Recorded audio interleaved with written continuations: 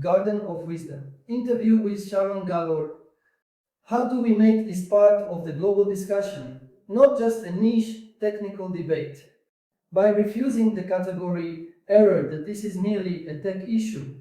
If climate change taught us that the atmosphere is shared, AI should teach us that attention is increasingly shared terrain too. Once you understand that, the conversation cannot remain trapped inside product teams, conference panels, or isolated ethics boards.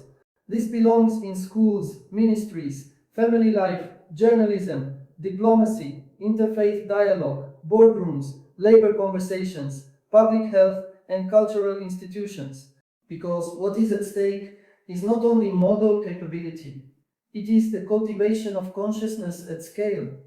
This is not only a product design discussion, it is a planetary discussion about the conditions under which human consciousness is being cultivated.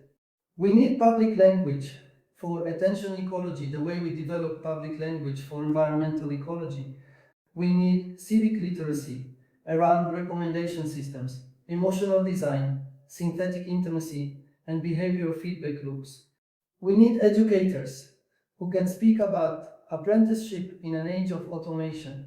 We need policymakers who understand that emotional infrastructure is as important as digital infrastructure. We need religious and philosophical traditions to contribute their deep memory about desire, discipline, stewardship, idolatry, and the long shaping of the soul. We need artists to help people feel what is happening before the statistics arrive. We need founders brave enough to say that not every profitable metric deserves legitimacy. If attention is a commons, then its degradation must become a common concern. And perhaps most importantly, we must broaden the moral circle of the conversation.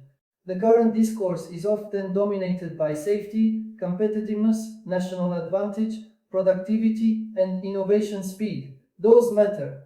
But where are the questions of dignity, formation, childhood, trust, reverence, patience, and shared reality? Where is the language of cultivation? Where is the language of moral weather? Where is the language of the future human being? We need all of that in the global discussion, or else the loudest voices will continue to define the stakes too narrowly